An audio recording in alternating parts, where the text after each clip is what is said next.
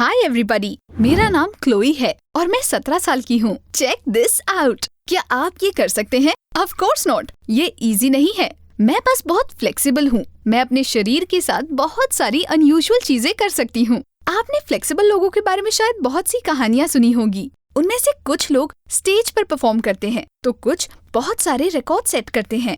लेकिन आप ये कभी गेस नहीं कर पाएंगे कि मैंने अपनी फ्लेक्सिबिलिटी कहाँ यूज की। मुझे बचपन से ही अपने अनयूजुअल टैलेंट का पता चल गया था। मैं आसानी से स्प्लिट्स कर लेती थी, अलग अलग डायरेक्शंस में बेंड कर सकती थी और सबसे अजीबोगरीब लगने वाले पोजेस भी कर लेती थी। मेरे मॉम और डैड मेरी एबिलिटीज देखकर बहुत ही हैरान थे, लेकिन मुझे नहीं पता था कि मैं उन्हें अपनी जिंदगी में कैसे अप्लाई कर सकती हूँ। एक दिन मैं अपने दोस्तों के साथ सिनेमा गई। हमने पॉपकॉर्न और सॉफ्ट ड्रिंक्स खरीद लिए, लेकिन फिर अचानक पता चला कि हमारे पास एक और टिकट खरीदने के पैसे नहीं हैं। हमें समझ नहीं आ रहा था कि हम क्या करें। और फिर मुझे एक आइडिया आया। मैंने अपने एक दोस्त को मुझे अपने बैकपैक में भरकर ऑडिटोरियम तक ले जाने का सजेशन दिया। उसने पूछा, तुम इसमें फिट कैसे आओगी? मैंने कहा, उसकी फिक्र तुम मत करो। और इसके बाद अपने शरीर को अजीब तरीके से मोड़कर मैं बैकपैक में घुस गई। ये देखकर मेरे दोस्त काफी हैरान हो गए थे, लेकिन फिर उस लड़के ने अपना बैकपैक लिया और मुझे उठाकर ऑडिटोरियम ले गया। किसी ने उसे रोका नहीं। ऑफ कोर्स, किसी ने ये सोचा नहीं होगा कि कोई इंसान इस बैकपैक में फिट हो सकता है। अंदर आने के बाद मैं बैग से बाहर आ गई और हमने पॉपकॉर्न खाते हुए खूब मजे से फिल्म देखी। लेकिन सिनेमा से बाहर निकलने के बाद एक अनजान आदमी ने मेरे पास आकर मुस्कुराते हुए कहा कि उसने मेरा अनयूजुअल ट्रिक देख लिया था। मैं थोड़ा सा डर गई, लेकिन उसने कहा कि वो किसी को इस बारे में नहीं बताएगा। उसने अपना नाम मिस्टर थॉम्सन बताया और कहा कि वो एक प्रोड्यूसर है। उन्होंने बताया कि वो अनयूजुअल एबिलिटीज वाले लोगों के साथ काम करते हैं और कहा कि उन्हें मेरी एबिलिटीज बहुत पसंद आई। उन्होंने मुझे अपने साथ काम करने का ऑफर दिया, लेकिन मुझे करना क्या होगा? मिस्टर थॉम्सन ने कहा कि मुझे जल्द ही पता चल जाएगा और अगर मैं इसमें कामयाब हुई तो मैं अच्छे खासे पैसे भी कमा सकती हूँ। अगले दिन उन्होंने मुझे अपने ऑफिस बुलाया। वाओ! मैं सपने में भी नहीं सोच सकती थी कि मुझे ऐसा चांस मिलेगा। हालांकि मुझे इस बात का कोई आइडिया नहीं था कि मुझे करना क्या होगा, लेकिन मुझे इस बात की बेहद खुशी थी कि मुझे अपने स्किल्स यूज करके पैसे कमाने का मौका मिल रहा था। तो ऑफ कोर्स मैं मान गई। अगले दिन मैं प्रोड्यूसर से मिलने गई। उनका एक छोटा सा ऑफिस था, जो ऑफिस कम स्टोरेज यूनिट ज्यादा लग रहा था। दीवारों के पास कई बॉक्सेस और कुछ इक्विपमेंट्स का ढेर लगा हुआ था। वो मुझसे काफी अच्छे से मिले और उन्होंने मुझे कुर्सी पर बैठने के लिए कहा। उन्होंने मुझसे पूछा कि मैं क्या करना चाहती हूँ और मैं कितने पैसे कमाना चाहती हूँ। मैंने तो कॉन्फिडेंस के साथ जवाब दिया कि मेरे पास एक यूनिक एबिलिटी है। मैं बहुत फ्लेक्सिबल हूँ और मैं अपने शरीर से ऐसी ऐसी चीजें कर सकती हूँ जिनके बारे में कोई सोच भी नहीं सकता। मैं अपनी इस एबिलिटी को यूज करके एटलीस्ट इतने पैसे तो कमाना चाहती हूँ कि मैं खुद को और अपने पेरेंट्स को सपोर्ट कर सकूं। प्रोड्यूसर को मेरा जवाब बहुत पसंद आया और उन्होंने मुझे अपने साथ काम करने का ऑफर दिया। मैंने पूछा, लेकिन असल में मुझे करना क्या होगा? मिस्टर थॉम्सन ने कहा, सही टाइम आने पर तुम्हें खुद ही पता चल जाएगा। चलो अब एक राइड पर चलते हैं। मैं थोड़ा सा क्यूरियस थी पर मान गई। हम एक रिच नेबरहुड में गए और एक बड़े से मैंशन के सामने रुक गए। उन्होंने उसकी ओर पॉइंट कर मुझसे कहा, ये घर देख रही हो? क्या तुम इसके अंदर जाकर कोई कीमती चीज ला सकती हो? मुझे ये काम काफी अजीब लगा, लेकिन प्रोड्यूसर ने मुझे समझाया कि वो उनके दोस्त का घर है और वो मेरी मदद से उसे प्रैंक करना चाहते हैं। मुझे तो प्रैंक्स बहुत पसंद थे, इसलिए मैं मान गई। बार्स और पतली खिड़की से होते हुए फेंस पार करने में मुझे कोई परेशानी नहीं हुई। मेरी जगह कोई और होता तो अंदर नहीं जा पाता, लेकिन अपनी फ्लेक्सिबिलिटी की वजह से मैंने सब कुछ बहुत आसानी से कर लिया। अंदर आने के बाद मैंने चारों तरफ देखा और बेड साइड टेबल पर मुझे एक ज्वेलरी दिखाई दी। मुझे लगता है मिस्टर थॉम्सन इसके बारे में ही बात कर रहे थे। मैंने जल्दी से सारी ज्वेलरी अपने पॉकेट में रख ली। इसके बाद मैं बिना कोई सुराग छोड़े आसानी से घर से बाहर निकल गई और प्रोड्यूसर की कार में आकर बैठ गई। उन्होंने क्यूरियस होकर मुझे देखा और फिर मैंने उन्हें वो ज्वेलरी दिखाई जो मैंने उस घर से ली थी। मिस्टर थॉम्सन बहुत खुश थे और उन्होंने मेरी तारीफ की। तुम्हारे पास तो कमाल की एबिलिटीज है।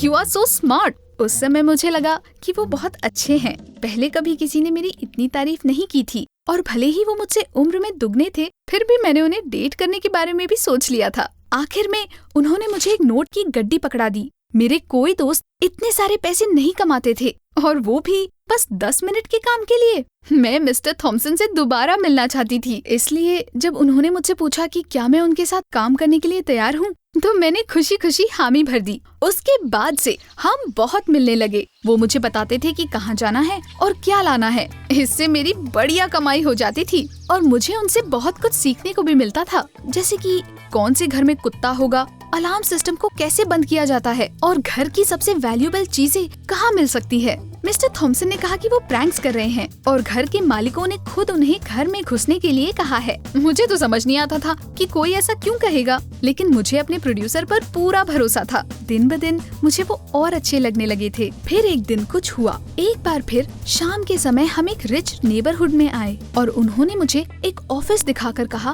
कि मुझे उसके अंदर एक सेफ खोजना है जो कि खुला रहता है। उन्होंने कहा कि हमारे क्लाइंट्स चाहते हैं कि हम उस सेफ में से सब कुछ निकाल ले। Well, let's do it. मैं बहुत चालाकी से सेकंड फ्लोर पर चढ़ गई और बार्स में रेंगते हुए खिड़की के पास पहुंची, जो कि खुली थी। इसके बाद मैं ऑफिस में आ गई। अंदर कोई नहीं था, इसलिए मैंने सेफ खोजना शुरू कर दिया। जैसा कि मिस्टर थॉमसन ने बताया था, ये खुला हुआ था। मुझे उसके अंदर बहुत सारे पैसे मिले। मैंने अपनी जिंदगी में इतने सारे पैसे नहीं देखे थे। मैंने अपना बैग उठाया और उसमें सारे पैसे भरना शुरू कर दिया, लेकिन तभी मुझे वहाँ से कदमों की आहट सुनाई दी। मिस्टर थॉमसन ने मुझे ये नहीं बताया था कि अंदर कोई और भी हो सकता है। मैंने सोचा कि क्या पता वो कौन है, इसलिए मैं छुप गई। मैंने चारों तरफ देखा और एक कोने में मुझे एक छोटा सा कैबिनेट दिखाई पड़ा। कदमों की आवाज पास आ रही थी। मैंने जल्दी से कैबिनेट खोला और सिकुड़कर उसके अंदर घुस गई। इसके बाद दरवाजा खुला और एक सिक्योरिटी गार्ड ऑफिस में आ गया। उसने पूछा, वहाँ कौन है? और फिर चारों तरफ देखना शुरू कर दिया। उसने कोई आवाज सुनी होगी, इसलिए वो देखने आया होगा कि सब कुछ ठीक है या नहीं। मैंने एक क्रैक से सिक्योरिटी गार्ड को ऑफिस में टहलते हुए देखा। ऑफ कोर्स वो कैबिनेट में नहीं देखता। आफ्टर ऑल किसी भी एडल्ट के लिए उसमें छिपना इम्पॉसिबल था। गार्ड के बाहर जाने का वेट करते हुए मैं यही सब सोच रही थी। मैंने उसे दरवाजे की ओर जाते हुए देखा और एक लंबी सांस ली। लेकिन तभी कैबिनेट का दरवाजा खुला और मैंने गार्ड को बिल्कुल अपने चेहरे के सामने खड़ा हुआ पाया। उसकी आंखें डर से भरी हुई थी, मानो जैसे उसने एक्सपेक्ट ही नहीं किया था कि वहाँ कोई हो सकता है। डर के मारे वो लड़खड़ाकर जमीन पर गिर गया। गिरते समय वो एक टेबल से टकरा गया था, जिसकी वजह से टेबल उसके ऊपर पलट गया। अचानक चिंगारियां उठने लगी। शायद वहाँ कोई शॉर्ट सर्किट हो गया था। मैं जल्दी से कैबिनेट से बाहर आई और मैंने अपना पैसों वाला बैग उठाया। वो गार्ड जमीन पर बेहोश पड़ा हुआ था। इधर उधर पलटी हुई चीजों से धुआं उठ रहा था। I had to go. मैंने चेक किया कि गार्ड जिंदा है या नहीं और एग्जिट की ओर भाग पड़ी। बाहर आने पर मैंने ऑफिस की खिड़कियों से गहरा काला धुआं निकलते हुए देखा। आग देखने के लिए लोगों की भीड़ इकट्ठा होने लगी थी। मैं खुश थी कि मैं सही सलामत वहाँ से बाहर निकल आई, लेकिन तभी मुझे याद आया कि वो सिक्योरिटी गार्ड अभी भी वहीं जमीन पर पड़ा हुआ था। मैंने उसकी बिल्डिंग से बाहर आने का इंतजार किया, लेकिन जैसे जैसे समय बीतता गया, ऑफिस की खिड़कियों से आग की लपटें दिखाई देने लगी और गार्ड अभी भी अंदर ही फंसा हुआ था। मुझे समझ नहीं आ रहा था कि मैं क्या करूं। मैं मिस्टर थॉमसन से मदद मांगने वाली ही थी कि डोर से सायरन्स की आवाज सुनते ही मैंने उन्हें तेजी से अपनी गाड़ी भगाते हुए देखा। What was going on? क्या वो मुझे छोड़कर भाग रहे थे? लेकिन अभी मेरे पास इन चीजों के बारे में सोचने का वक्त नहीं था। मैं और ज्यादा इंतजार नहीं कर सकती थी। मैंने अपना बैग झाड़ियों में फेंका और भागकर वापस उस ऑफिस में गई। मैंने लोगों को चिल्लाते हुए सुना, Wait, where are you going? लेकिन मैं उस गार्ड को मरता हुआ नहीं छोड़ सकती थी। पूरा ऑफिस धुएं से भर गया था। मुझे खांसी आने लगी और मुझे कुछ दिखाई नहीं दे रहा था। मैं बस अंदाजे से आगे बढ़ती रही और फिर फाइनली मुझे वो सिक्योरिटी गार्ड मिला। वो अभी भी फ्लोर पर बेहोश पड़ा हुआ था। मैंने उसका हाथ पकड़कर उसे एग्जिट की ओर खींचना शुरू कर दिया। वो बहुत ज्यादा भारी था और मैं बहुत मुश्किल से उसे हिला पा रही थी, लेकिन आग करीब आ रही थी और मुझे ये जल्दी करना था। बाहर आते ही मैं गिर पड़ी। लेकिन ये क्या? सभी लोग दौड़कर मेरे पास आ गए और उन्होंने मेरी बहादुरी के लिए मेरी तारीफ करनी शुरू कर दी। तभी मैंने एक लोकल टीवी कंपनी के वैन को वहाँ रुकते हुए देखा और उसके रिपोर्टर्स को बाहर आते हुए देखा। मुझे पता था कि वो मुझसे ऐसे सवाल करते जिनका मेरे पास कोई जवाब नहीं होता, क्योंकि अब मुझे उस काम पर शक होने लगा था जो मिस्टर थॉमसन और मैं कर रहे थे। इसलिए मैं धीरे से वहाँ इकट्ठा लोगों के भीड़ में मिल गई। इसके बाद किसी तरह हिम्मत जुटाकर मैंने झाड़ियों से अपना बैग खोजा और वहाँ से चली गई। मुझे बहुत बेचैनी हो रही थी। अगली सुबह मैंने टीवी ऑन करके न्यूज़ देखा। वो एक ऑफिस में आग लगने के बारे में बता रहे थे और साथ ही